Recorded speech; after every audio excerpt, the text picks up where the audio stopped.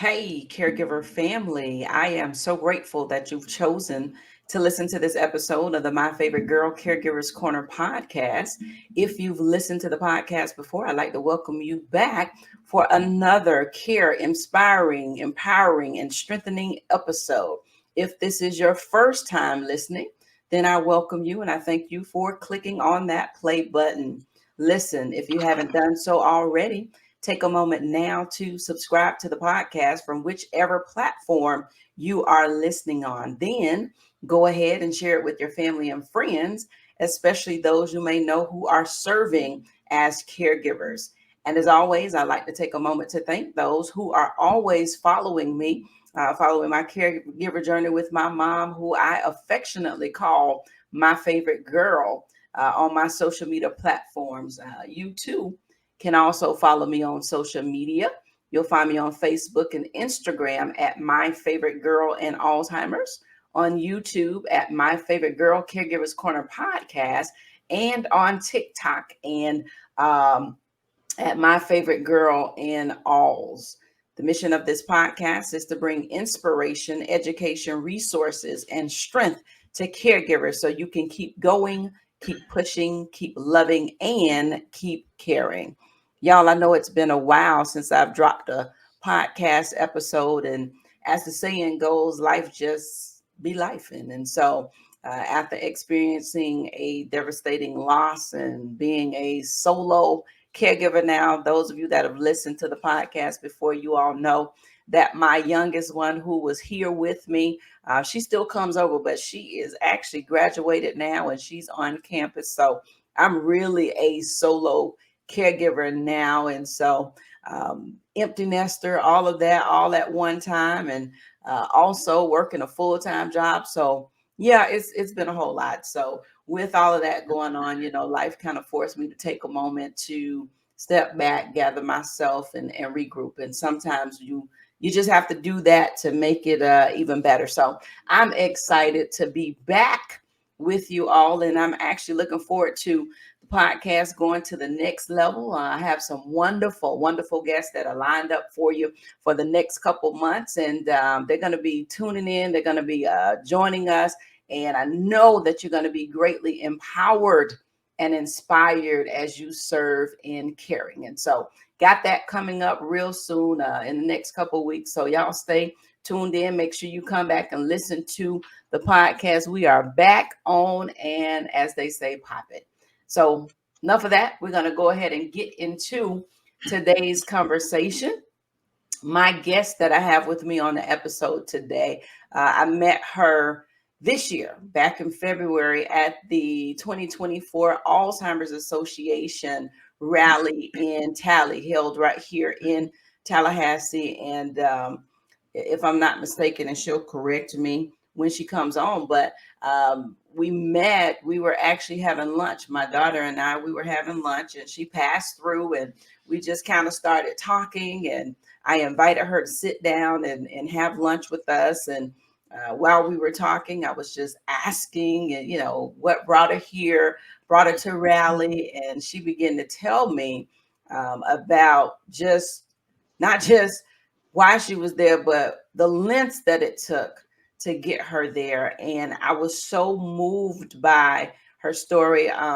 With Rally, there is a bus, and so every year, for those that don't know, every year the Alzheimer's Association, we have the rally in Tally where all of the advocates in Florida who desire to, they come up here to Tallahassee, to the Capitol, and we actually have an evening. That first evening, it's right there in front of the Capitol. We turn the Capitol purple. We have some of the legislators coming out, those that work with the association here, and it's just a great event where the advocates all over the state of Florida are able to come together and fellowship together, meet one another, and know who the faces are. Some of them we've seen on the different Zooms and what have you, but be able to just simply connect with other people who are in the same space that you're in.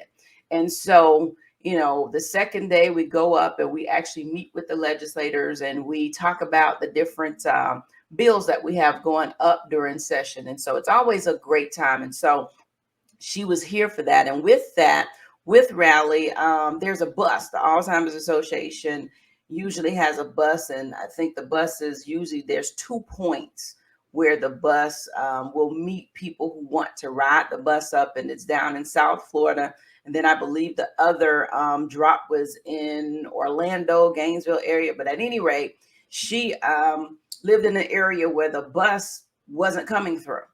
And because she was so determined to be here, she actually got on the red coach bus. And those that live in Tallahassee, y'all know the red coach. You catch red coach, and it's a very inexpensive straight drive, and it's just it's a busing system.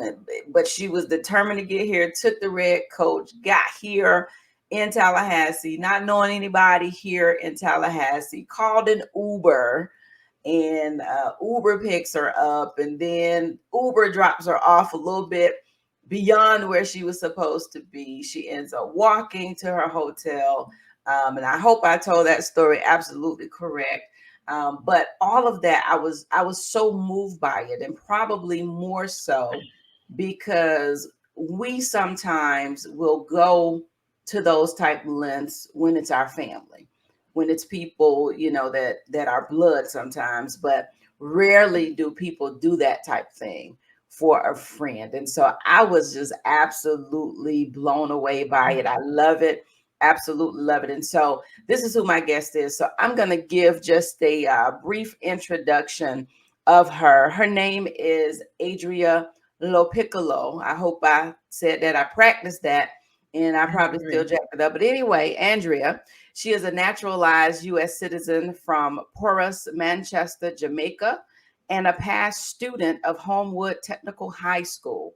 She is married to James LoPiccolo and has a daughter, Jody Ann, son Jordan, son-in-law Garfield, and grandson Nate. She served and volunteered for many years as the president of the Parent Teachers Association at Porus Infant School and Porus Primary School in Jamaica. Currently, she works as a case manager in the child support program for the Manatee Clerk of the Circuit Court in Bradenton, Florida. She's been employed with them for the past 14 years, 14 plus years. Andrea is a believer who cherishes her family and likes taking photographs. See, we have something else in common. I'm a photographer as well. She likes singing, dancing, writing, cooking, walking, crafts, Sudoku, and other outdoor activities. She hopes to make a difference by helping her children and grandchild achieve what she didn't achieve and volunteering.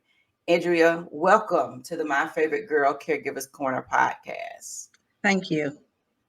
So glad to have you on here today. I hope I told that story correctly.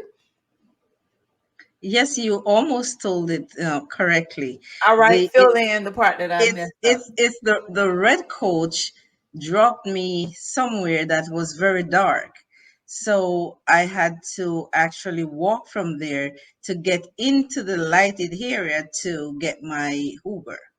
Okay. All And right. being somewhere for the first time, somewhere you don't know it. It was interesting. Okay. So I got the story almost right, y'all. Either way Yes, it yes, you did a goes, good job. thank you. Either way it goes, what I saw with that is by any means necessary. She was going to make it happen. And so, if you looked at the title of the podcast before you click that play button, the title of this podcast for today is The Compassion of a Friend, Andrea's Story. And I titled the conversation as such before I actually reached back out to her about coming on the podcast. In my devotion and studying on last week, I was reading over in Mark, the first chapter, verses 40 through 41, out of the New Living Translation. And there were three words that actually stuck out to me in that devotion. And those three words were moved with compassion. It talks about Jesus being moved with compassion. And in the day and the time that we live in now, man, I wish we had a lot more compassionate people. But even as I started to just meditate on that and look at the word compassion, it talks about being love in action. It means pity and mercy accompanied by a desire to help change things. And one of the commentaries I was reading, it says true compassion means doing something. It means us moving us to do something. True compassion moves us to do something. And so that's what I saw, Adria, when I thought about that. And I thought about, okay, what would we discuss? And what I knew what we would discuss because I knew what your purpose was. But in coming up with the title, I immediately thought about the fact that your compassion for your friend moved you to do something, and you went through great lengths to do that. So if you don't mind, just share with us just your friend, your friend, and how you actually how this connection came about with you and your friend, and what's going on with her. Okay, so my friend, her name is Marybeth Bustle. She lives in Palmetto, and I met her some years ago when we first migrated to the United States. We lived a few doors apart, and she had a granddaughter, and then my son was about 7 years old. And so they met, and I met her, and at the time she was retired, and she she just embraced us. She accepted us for who we were, and she took my son just about everywhere, to the beach. She took him to the plaza. She had, when it was Halloween, they would go trick or treating together. And one of the things that I was very thankful for is that he was in public school and he was doing very well. But then she said to me, as an immigrant, there are some things that you have to learn, and you have to get a better feel of what happens in America. And so she said to me, he's doing well in the public school, but you have an option. There's a charter, what is referred to as a charter school, where the class sizes are smaller, and he would probably do even better there. And so we went on a tour of the charter school, and he was accepted, and he started doing much better than he was doing in the public school. We stayed there for a while, and then we moved away from Palmetto into Bradenton, which is across the bridge. But I would go back from time to time to visit with her whenever I got a chance. And then out of nowhere, I went one day to see her, and she wasn't able to speak to me. Wow. And I was in shock, to say the least, because when her husband, who has become her caregiver, told me what was happening, I it was hard to accept I can the, imagine. the fact that someone who was so vibrant, outgoing.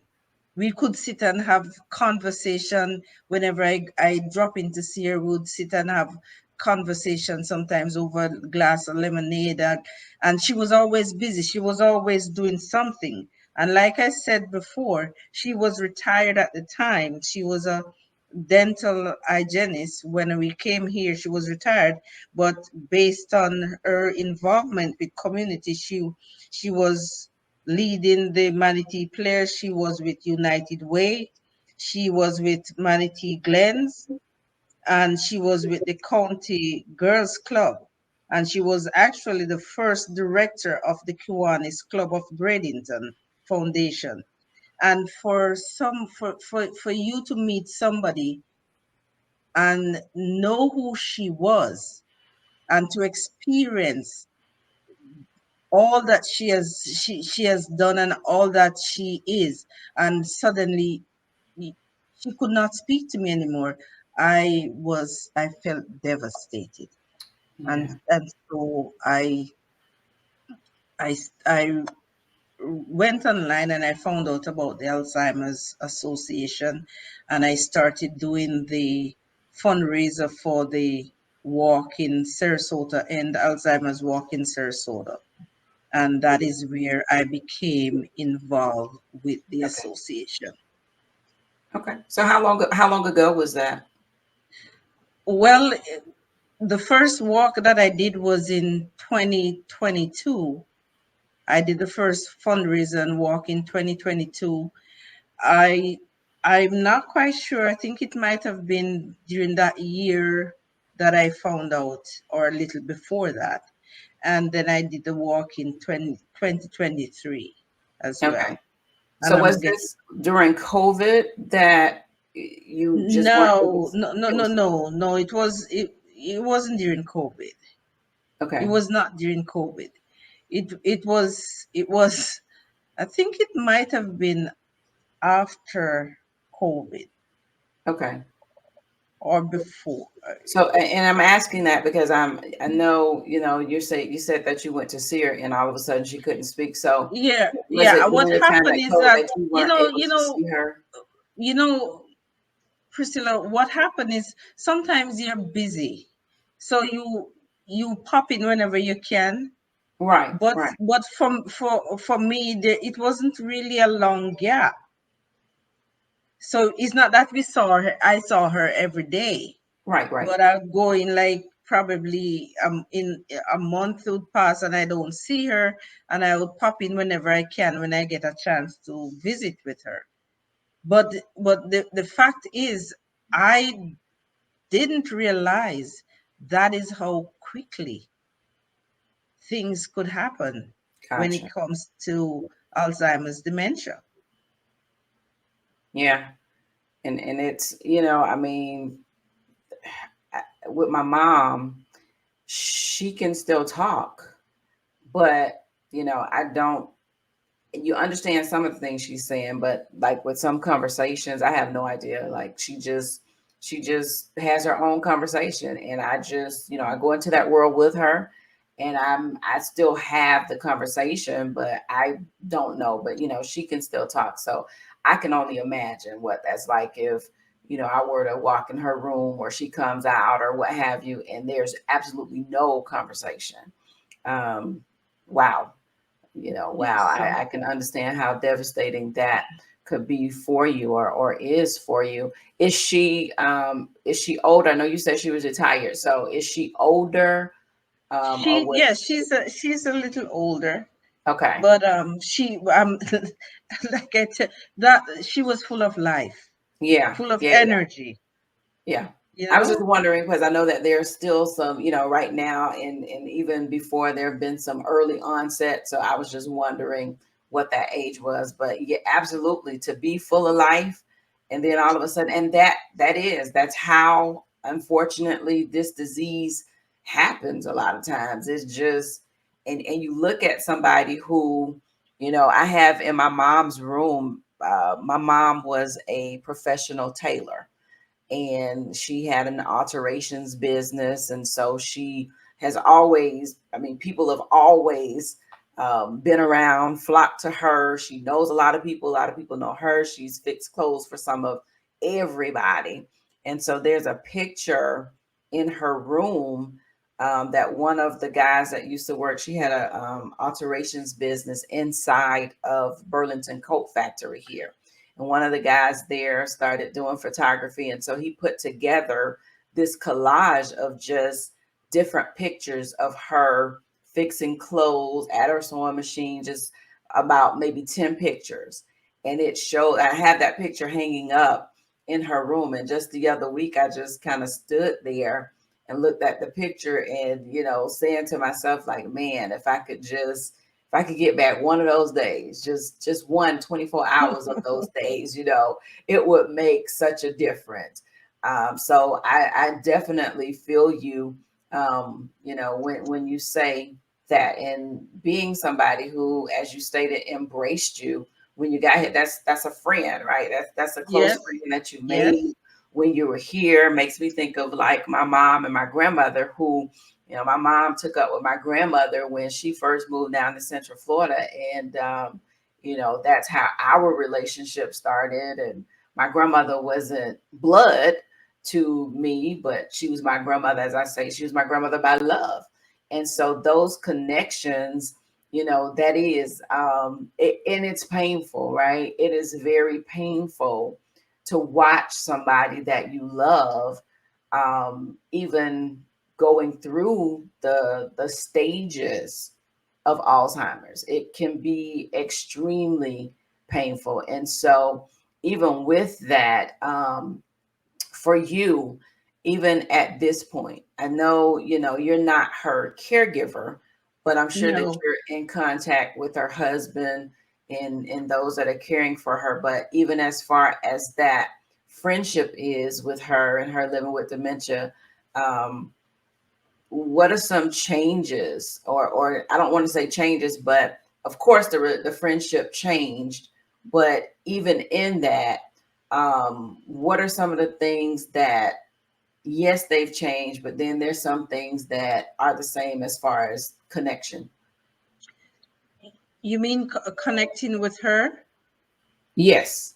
Yeah, I still connect with her. I was there last Saturday. I went to see her. I spent probably about 45 minutes or more, just sitting and talking with her, even though she's not responding, but she's sitting and she's well taken care of. Yeah. Yeah, and Well that's always taken good care to of. see and know. Yes, she's well taken care of. Her husband takes very good care of her. And she's sitting there just relaxed watching her television. And I'm sitting there, I talk with her. And sometimes I'll show her a picture of my son when he was younger. And she give me a nod and she'll look at me like with a question a question mark as to, am I remembering right? Or, but she's not saying anything. Yeah. So you just sit there and just enjoy the time that I have with her, even though she's not able to talk. And she will look at me, she'll stop for a minute, take her eyes from the television, and she'll look at me, and I look at her and I hold her hand and she squeezed my hand. And just for those moments, I'm grateful. Yeah. Because that was going to be my next question. Like, how much does that mean to you? And I say that because, I've encountered family members, different ones, who really feel like, well, she's not going to remember me anyway. So why am I going to come over? That importance of just being able to recognize that they are still people, they are still humans with feelings, with emotions, and whether they recognize you, remember you or not, you still remember them. So, how important is that to you, that even though she can't speak with you, that you're still present as much as you can be?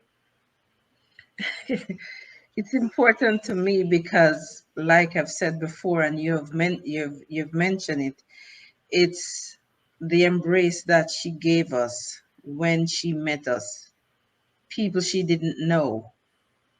And it is important to me to keep that connection as long as possible because she may not remember who she was or who she is or who I am, but I remember her and I remember all the things that she did. I know who she is. And so I embrace her as she is right now. I love it. I absolutely love that. That is something that means everything to me.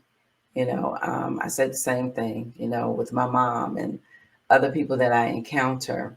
Um, I say strengthen what remains, right? Yes. You're going to lose a lot on this journey. To those that are listening, I hate to kind of say it in that manner, but that's the truth of it, right? You're going to lose a lot on this journey. There are things that you will wish sometimes that you can have back. But then there are things that you do still have. There are things, um, my mom, especially over the last few weeks, again, everything. Thank you so much. No matter what you're doing, it's feeding her, it's getting her ready for bed. Now, she has those very aggressive moments that are what they are, but and you understand that it's the disease. But she Yes. is very much, I mean, putting her in bed, she's very much, thank you so much. And so if I sit down, that's all she wants. If you sit down with her, talk with her. She wants me to sit in the chair right next to her.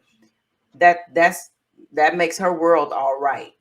And so it's those moments and the smiles, and because I sit there and I talk to her, just, I mean, literally, just like I know exactly what she's saying every single time.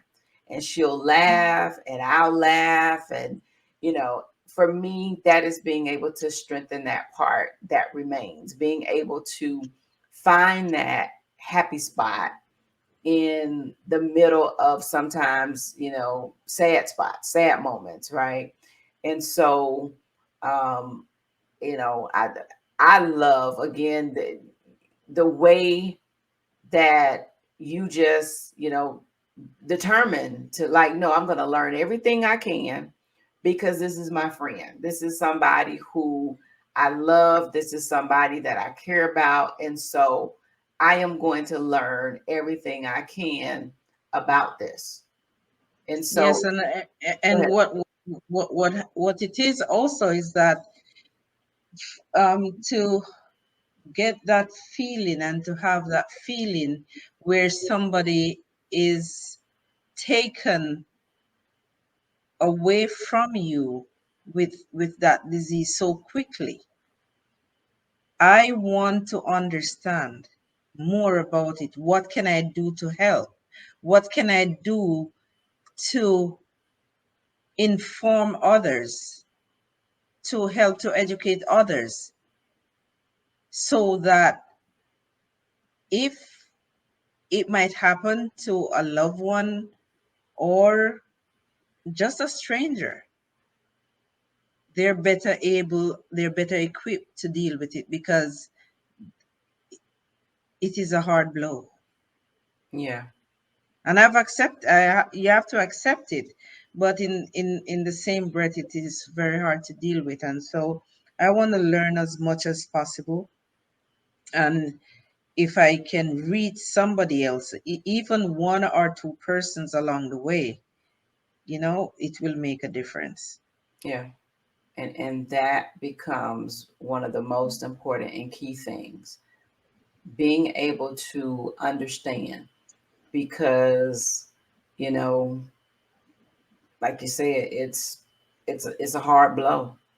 It's a really hard blow. But when you start to understand, and I think that passion of just being able to, as you stated, help other people to that's what this podcast is all about. This is one of the main purposes of this podcast, is to help educate other people on what it's like. Because as you just stated, I mean, we know when you go through something and it hurts, and that's the bottom line of it, hurts, right? Hmm. um you take that hurt, because why? You don't want anybody else to hurt in that same manner, right? you Right. you just like, if I can help you to avoid what I feel, if I can help you to not be surprised by some of the things. And for me, I'm on my 8th year.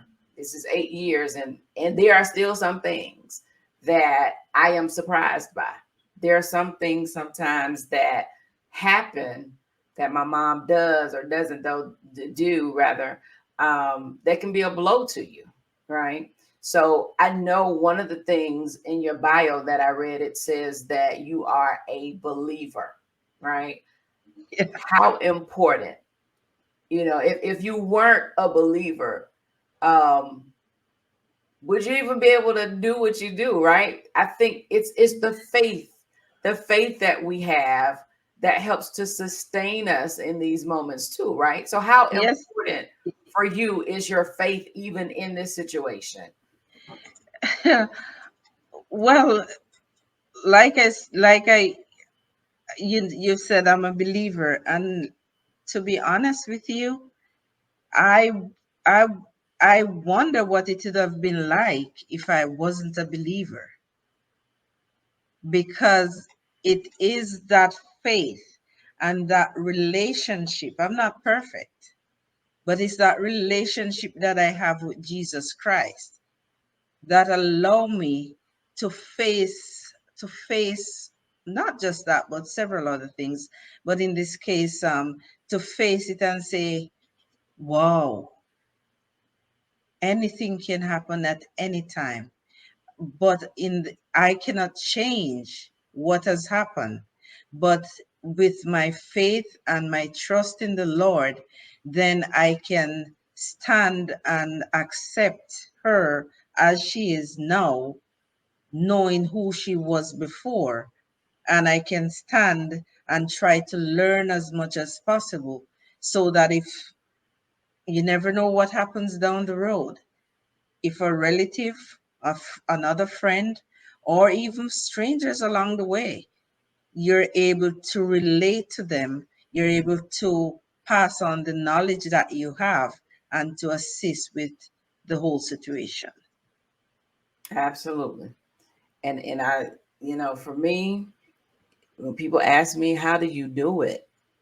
How do you do it? I do it because of my faith and my trust and my dependence on God. Without that, I couldn't. I know, I mean, the level of patience that is involved in being day in and day out. And I mean, because sometimes I take some pretty hard blows. I mean, my mom can be very aggressive sometimes. And so, I've been bit, kicked, scratched, the whole nine, and you still have to wake up and keep doing it. And, I pray, and my constant all the time is asking God to help me to serve her, the way that He serves, asking Him to serve her through me. He served her through me, and her being able to feel His love, despite anything else.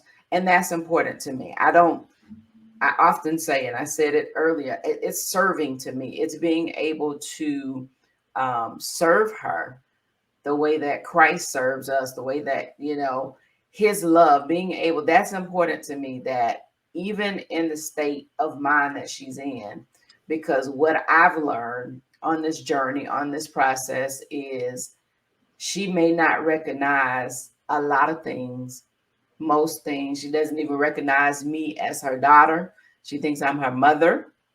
But one thing that she does recognize is the love that I have for her. She recognizes love. And, I'm here when I'm not traveling, I'm home. And I mean, as soon as my door cracks open, it's like her world is, everything's great in her world. And 5 o'clock comes, and it's like she knows exactly when 5 o'clock is coming. And she I mean, literally gets up. I don't care what's going on and who is here, and they can tell her as many times as they want. She did it today. You can tell her as many times as she wants. Come back and sit down. It's like, I don't hear anything you're saying. I see my person, and that's where I'm going. And, Right. to be honest, it's those moments as well. They make you feel good, right? Because it's like, out of everything else, when you recognize that, you know what, she might not know this, but she recognizes love. And that's the important part of it. And so, even the love that you have for your friend, the compassion that you have for your friend that has moved you to do something, right? That compassion that you have, um, you know, to learn, to educate yourself. And that is the important part that people have to understand, not just with Alzheimer's. And I know I talk about it a lot because that just happens to be, what my mom is living with. But for any type of challenge and disease that your loved one may be inflicted with, it behooves all of us, everyone, to learn as much as you can about whatever it is, so that one, you're educated and you're knowledgeable about that particular ailment, disease, infliction, whatever it is, you're knowledgeable, and because sometimes certain medications, certain just being debilitated by a disease can cause different changes in moods and attitudes and what have you. So as opposed to getting upset and catching an attitude, but understand what it's all about, so that the more you're educated, if it happens, you don't take it personal. It's not a personal thing. It's being able to say, okay, I understand this is a part of this, what have you. And so, I mean, your friend is absolutely, that's the one thing I believe, she's absolutely blessed to have you as a friend as well. Yeah, I drop in to see her whenever I can and whenever I get there. Her husband is so caring. He's so calm about it.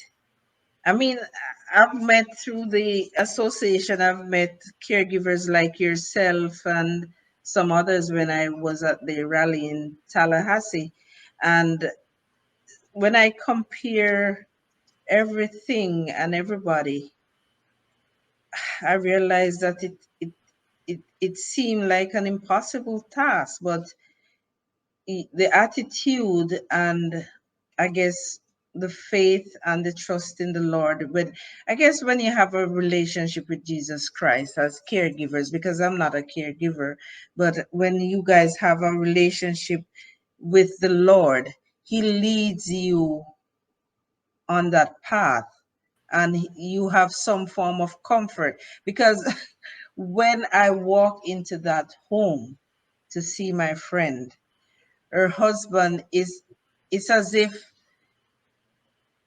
it is the same as it was when she was normal.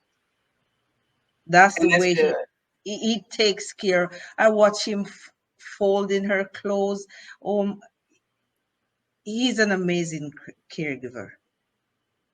And that's It's real just good because like she's I've able seen to it on the talk other and end. when would walk into that house when she was normal. So she's blessed.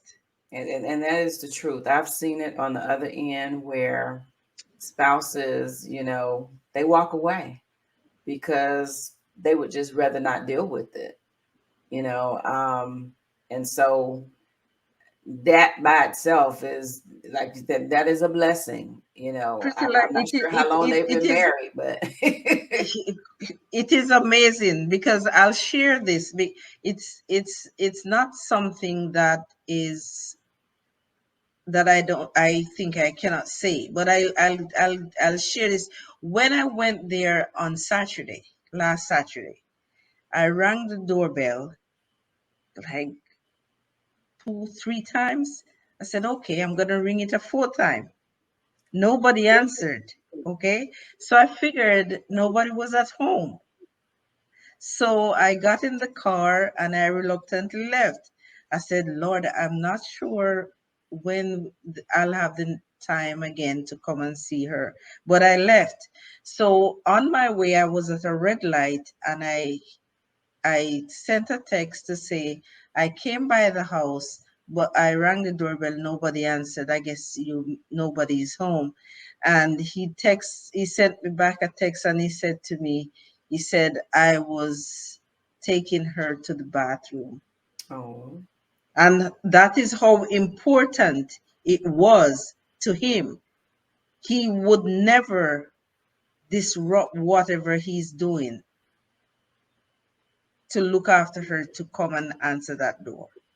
And I said, I sent a text back. I said, I am coming back. And so when I went back, he was actually finished and he was able to let me in. so that I could visit with her. Love to hear it. Love, absolutely love to hear it. Now, does he have assistance? Is there someone else that, kind of gives him a reprieve Yes, I periodically? guess so. And I remind him. I said, "You." She has her family there. I know Okay. that she has a son there and grandchildren who are there. And I remind him. I said, through all of this, you need to remember to take care of yourself. And Yeah. he said he's trying, but she's very calm, very relaxed, Okay. very calm. So Yeah, I'm telling you, I'm a part of a Facebook group, and I'm telling you, some of the stories that go on in there with spouses, and I mean, I've just seen it, just in research, just in reading, just in, sometimes it's not the case. So that is definitely a blessing to have somebody still, that. I'm telling you, when I because these are people that you met when things were normal, okay? Yeah. And when I walk into the house, I don't know the difference. I cannot tell that there's a difference. It's just that I know she is not well, but you don't feel it. That's And good. it is a prime example of the vow that we take Yes. for better or for worse. And Yes. he's living that vow. Love in action. Love Yes, in ma'am. action. Love Yes. in action. And I'm sure that that does well for his children as well. To be able to see the children and the grandchildren, to still be able to see that type of love that's still He's displayed. leading by example. Right. Right. Yes. So I Yeah. want to ask you this question, as well. What advice would you give to someone who may be a close friend to someone who's living with Alzheimer's or any other form of dementia, um, who may, experience the same thing? What advice would you give them if they're wondering, how can I help my friend? How can I, still be there? Or, maybe they're having a harder time than you are with the situation. What advice would you give to them as, a friend who is sticking The closer than a brother? the advice that I would give is try to find a support group. Ask questions. Try to learn about the disease and what you can do with regards to those who are already diagnosed and those who probably will be diagnosed later on in terms of early detection. Also, what look beyond what the person is now and remember what the person or who the person was, and those memories will help you to cope with what is happening around you. And in the same breath is that try to take care of yourself, try to lead a healthy life, exercise. It's sometimes it's hard to eat right, but just try and make things work Great and trust. advice. Yeah, and you have to trust in the Lord. Great advice. Now you're down in the Bradenton area. Is there Yes. a support group in that area that you would suggest to someone who may be in that area who's looking for a support group? The Bradenton, the Gulf Coast Association, which includes Manatee County, Sarasota. Okay. Yes, you can we can if you have somebody who wants to get information, you can reach out to that group. Okay. Great. And I do have it scrolling, but everybody's not going to be on YouTube. If you would like to let them know how they can get in contact with you, if it's somebody out there that may say, you know what, um, they may need to just talk to somebody. Are you open for that? And if so, how can they contact you? Yes, they can contact me by email if they wish. It's johnguback@gmail.com. It may seem male oriented, but it's actually the nickname for my brother in his memory when he was a we were children. That's his Yeah, was his nickname. So thus the male bring absolutely. to the email. Okay, sounds good. And so y'all got that. I'm gonna say it again for you. You can contact Andrea at JOHNGUBACK @gmail.com. If you are a friend of someone who is dealing with Alzheimer's, dementia, or anything else, who just kind of needs that support, and say, you know what? Because sometimes it's very easy to feel like you are all by yourself, that nobody else is dealing with something on this same level as you. And here is an example of one who's been on today talking about just the love that she has for her friend and the importance of keeping that person's memory. You remember them for who they were. And you can't forget the love that people have had for you. Andrea, thank you Yes, so and they very can much. also they can also, Priscilla, reach out to the Alzheimer's Association Florida helpline. Yep. Give me The that number number again. the number is 800-272-3900, and they can help to address caregiving challenges and answer questions about the Alzheimer's and any other form of dementia. Absolutely. And you can also visit the Alzheimer's website at www.alz.org. www.alz.org. I'm going to contact the Alzheimer's Association and tell them that they owe me a sponsorship, because I am forever talking about the Alzheimer's Association on this podcast. No, seriously, though, they have provided some amazing information and resources for me. That's why I work as close as I do with them, because I found them to be one of the best organizations there is to be able to learn more about Alzheimer's and other dementias. And so, thank you again for taking the time to share with me. Definitely You're keeping welcome. you as well as your friend and her husband in our prayers. And then, even as you're going along, thank you for your heart and your passion to be able to do something, not just for your friend, but for anybody that you may come in contact with who, may just need that information. I certainly appreciate you. And of course, we'll be in contact. I found a friend, y'all, when I met her at the association. We exchanged numbers, and we've kind of talked periodically since then. So that lets you know the caliber of person she is. She will call and just say, hey, checking in, or send me scriptures and all of that. You need all of that type of support when you are caring. It means a lot. Thank you again for listening to this episode of the My Favorite Girl Caregivers Corner podcast. I'd also like to invite you to visit my website at www.priscillajeanlouis.com.